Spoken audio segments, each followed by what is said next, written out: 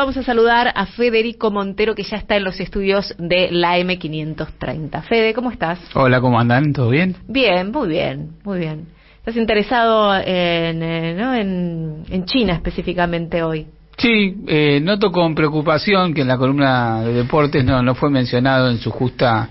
no fue mencionado en absoluto la importante gira que se está llevando adelante por China. ¿Qué me refiero a la gira, Verón? De Juan Sebastián Verón. Muy bien. Por China, quien se entrevistó con distintos clubes de ese país. Tuvo una entrevista con nuestro embajador, Sabino Bacanar Baja, y se van a llevar adelante una serie de acuerdos estratégicos para el desarrollo del fútbol chino mediante la presencia de niños jóvenes en formación de los clubes chinos que van a hacer una estadía en el Club Estudiantes de La Plata para perfeccionar sus habilidades futbolísticas. En algún momento hablaremos de todo lo que ha hecho Verón, ¿no? Como dirigente en Estudiantes. Y como jugador. Sí, bueno, pero desde la llegada... La baba, sí. Bueno, está pero bien. sí, no, ya sabemos que Verón es palabra mayúscula no solamente por Juan Sebastián, sino también por su papá. Así es. Pero bueno, pasando la parte, el chivo de Pincharrata, importante, si querés seguimos por China, en relación a la gira realmente importante que se está llevando adelante en estos días, una gira estratégica, una gira un poco bastante esperada, postergada por momentos, con un componente central en lo económico, en dos dimensiones. Por un lado, una dimensión, si se quiere, de tipo financiera, que es la ampliación del swap que la República Argentina tiene con la República Popular de China. Va a permitir engrosar las divisas en el Banco Central.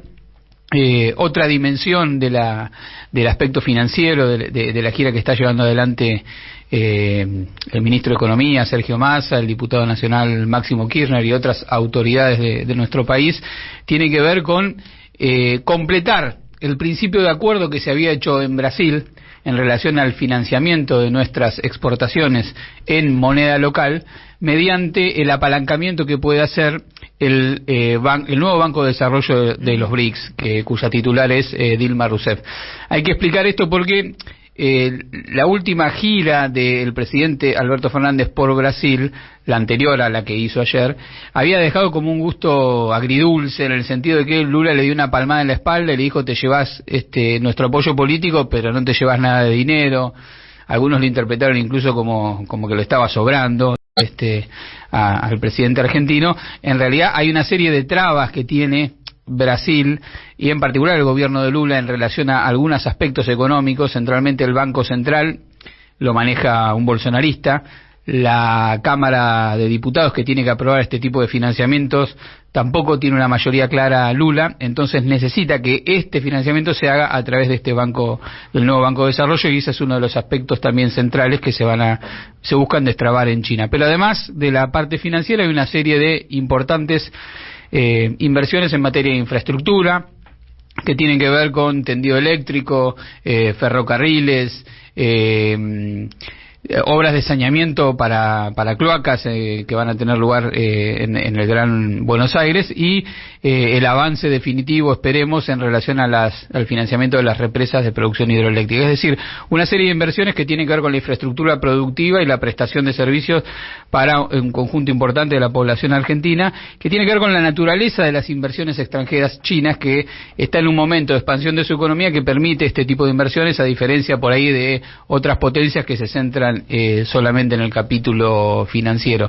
Y después destacar, digamos, el carácter de importancia política como tal que tiene la presencia de Máximo Kirchner y Sergio Massa en China, que excede el carácter de estos acuerdos y tiene que ver con reforzar una mirada sobre la política exterior de nuestro país que permita afirmarse en este mundo multipolar a partir de la defensa de los intereses de nuestro país y aplicando un gran pragmatismo en términos estratégicos respecto de poder negociar con las distintas potencias en función de los intereses y las necesidades que tiene en este momento particular nuestro país en relación a su desarrollo autónomo.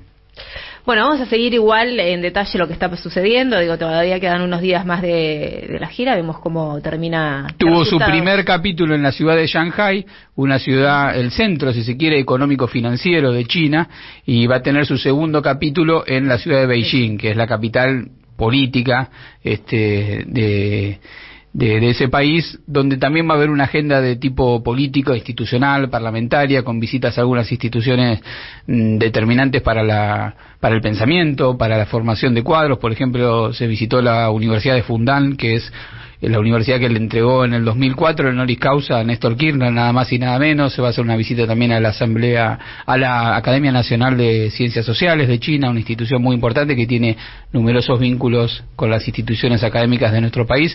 Una mirada integral de la cooperación que va mucho más allá de lo meramente económico, como lo reafirmaba nada más y nada menos que Cristina Fernández de Kirchner en su última visita a China, cuando dijo que el mundo iba más allá de lo comercial hacia este tipo de asociaciones estratégicas, en un discurso que se publicó en un libro acá en Argentina, que casualmente ese libro fue traducido al chino y publicado por la misma Academia de Ciencias Sociales, que mañana va a visitar la comitiva argentina. Nos salimos de China ahora y vamos a Ecuador. Bien, la situación en Ecuador tiene que ver con, recapitulando, convocatoria de elecciones, sí, muerte cruzada, para completar un periodo de gobierno que el presidente Lasso no va a completar. Las principales novedades tienen que ver con que ya están convocadas las elecciones. El Consejo Nacional Electoral definió el cronograma, el calendario electoral, y ahora estamos en la definición de candidaturas. Está claro que el presidente Lasso no se presenta, se autoexcluyó, tampoco es que había mucha gente con ganas de votarlo, pero bueno, afirmó que se va a autoexcluir. Hay una discusión en relación a las candidaturas del movimiento indígena. Aparece la posibilidad de que Leónidas Issa se presente. No se sabe si va a ser el único candidato, si el sector de Yacu Pérez del movimiento indígena también se va a presentar, y la gran pregunta es por la candidatura del correísmo. En los últimos días corre con bastante fuerza el nombre de Luisa González, una diputada del movimiento correísta que aparece como la posible candidata del correísmo, acompañada por quien fuera el anterior candidato a presidente del correísmo, Andrés Arauz, economista que fue parte de la gestión de Rafael Correa. Así que quizás se confirme en los próximos días, en las próximas horas, la candidatura de una mujer a presidenta de Ecuador por el correísmo, que es la fuerza que se presenta como la favorita en estas elecciones atípicas para completar un mandato, si se quiere, unas elecciones de transición, para completar el mandato trunco del gobierno de Lasso, que sigue gobernando por decreto, aunque esos decretos que él fue emitiendo son objeto de impugnaciones constitucionales, así que hay que ver cómo se dirime también este interregno donde que habilitado por la Constitución de 6 meses hasta que se concrete el nuevo gobierno.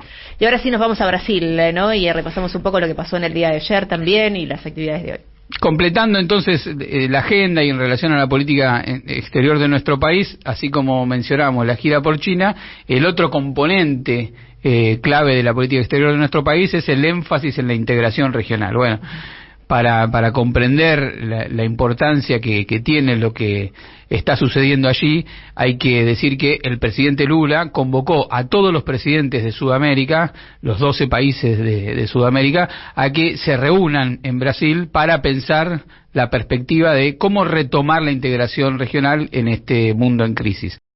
Hay que decir que la autoridad política que viene teniendo Lula le permite hacer esta convocatoria y que independientemente de la orientación ideológica todos se sientan convocados y asistan. Y tuvimos una cumbre donde participaron desde el presidente de la Calle Pou de Uruguay hasta el propio Maduro, bueno, todos allí, menos la presidenta de Perú, que tiene restricciones constitucionales para abandonar el país, dado que ella ejerce la presidencia, digamos, cuestionada legalmente por muchos sectores, pero no hay vicepresidente, entonces fue un miembro de su gobierno, en una reunión que tenía como objetivo el hecho político de que se vuelvan a juntar, digamos, es como la canción, ¿no?, de los recitales, solo les pido que se vuelvan a juntar. Bueno, no sé, los presidentes de la región que tenían una práctica de juntarse independientemente de las orientaciones político-ideológicas, habían cesado de hacerlo, producto de la acción de gobiernos de derecha que suelen decir que van más allá de lo ideológico. Bueno, cuando coincidieron los gobiernos de derecha en la región, cuando gobernaba Macri, cuando gobernaba Bolsonaro, cuando gobernaba el propio Lacalle Pou, cuando gobernaba Lenín Moreno o Lasso, destruyeron los espacios de integración. Decidieron salirse de los espacios de integración y no juntarse porque supuestamente eran un club ideológico. O sea, y ahora, cuando hay una mayoría de gobiernos progresistas, se pueden juntar independientemente de la orientación ideológica, que es un poco las bases en relación a la UNASUR. En ese sentido, lo que trazaron fue un plan de acción en relación a cómo producir medidas concretas que vinculen la integración con los cambios en relación a la vida de las grandes mayorías en cada uno de los países. Un elemento central, por ejemplo, de todo lo que se habló, que a mí me parece destacable, es que se vuelve a instituir el Consejo de Gobierno en relación a la salud. Antes existía una coordinación entre de la política de salud de los países de la región que permitía, por ejemplo, centralizar las compras a los grandes laboratorios.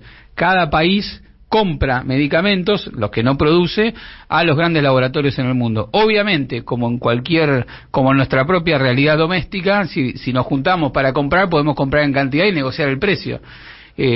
Cuando destruyeron los espacios de integración los gobiernos de derecha en la región, destruyeron eso también.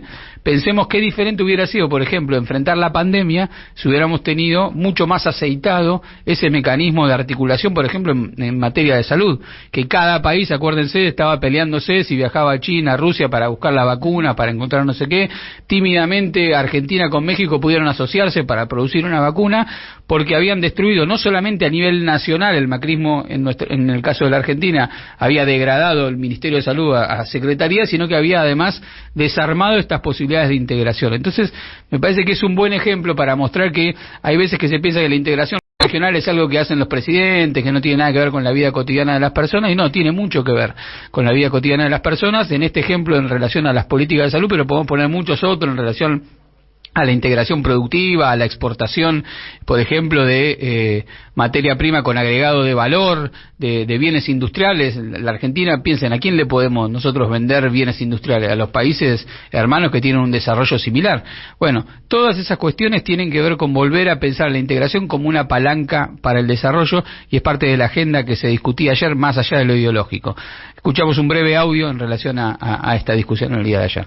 Punto 2 de la declaración que se está negociando habla de democracia, habla de derechos humanos y habla de proteger las instituciones. Entonces, si este punto 2 no hubiera existido, yo no tenía por qué opinar de este tema. Pero lo vamos a suscribir, o mejor dicho, estamos intentando a ver si llegamos a un acuerdo para suscribirlo. Y obviamente, cuando pongamos la firma, no tenemos la misma definición, que creo que es una, es la Real Academia Española, de lo que son el respeto a las instituciones, a los derechos humanos y a la democracia. Por eso, con un ánimo constructivo y con lo del principio, celebrando esta convocatoria y haciendo hincapié en un muy buen discurso que le escuché al presidente de Guyana, nosotros vamos a ser juzgados por nuestras acciones y allí tenemos que ir, y no perdamos el tiempo, que la vida se termina, y aunque algunos crean que no, los gobiernos también. Muchas gracias.